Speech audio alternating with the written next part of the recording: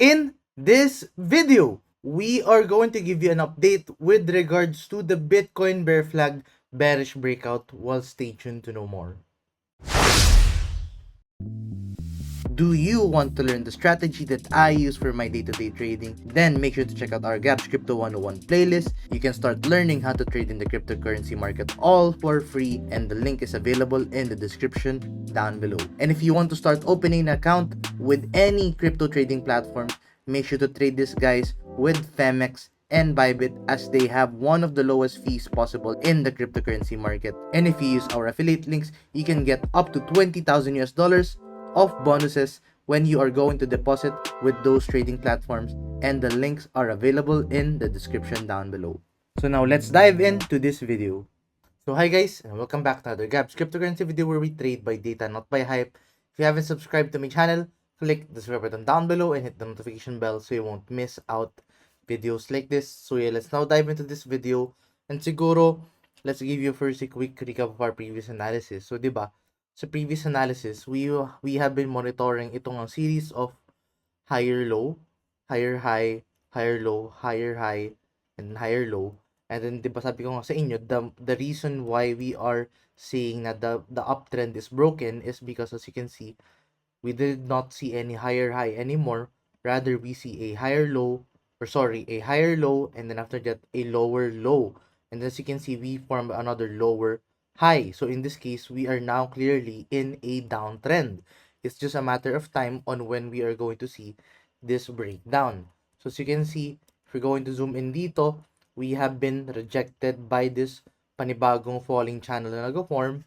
And then the next thing that we have to monitor dito is this downtrend na nag-form dito is if we are going to hit the 63,000 US dollars, kasi if we are going to hit that, then that is our first target of our short position. So, di ba, sa pagkakaalala nyo, nag-open ako ng short position, binanggit ko siya sa Instagram channel, pati sa Facebook Messenger group chat, na we have been seeing this, itong channel na nag-form, but at the same time, nag-open ako ng short position at around this resistance. So, right now, I am currently monitoring if this is going to go down to the 63,500 US dollars. Then from there on, we are going to monitor if this is going to play this falling channel na nag-form dito.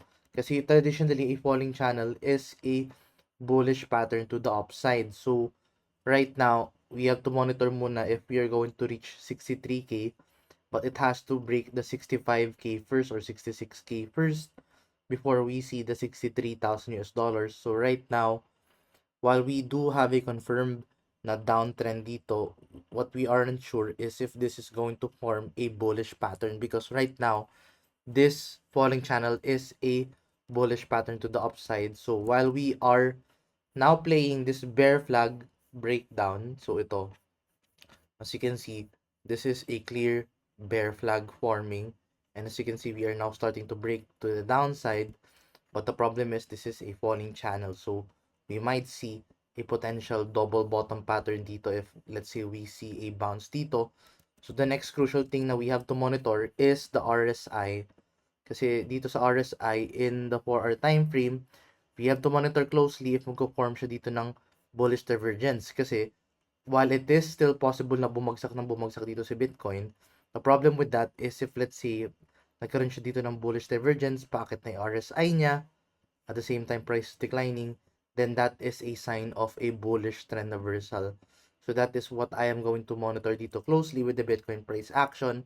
And in that case, I might also do something with my long-term short position. I might close it at 63,000 instead of 60K.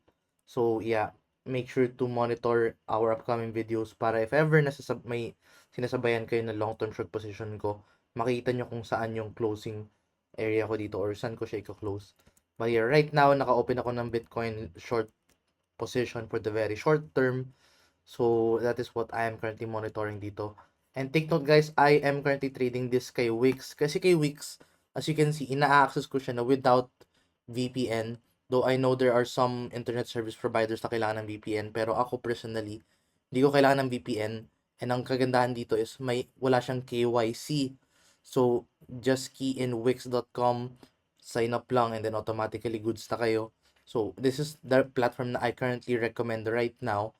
And if wala pa kayo account with Wix, make sure to use my sign up link in the description down below.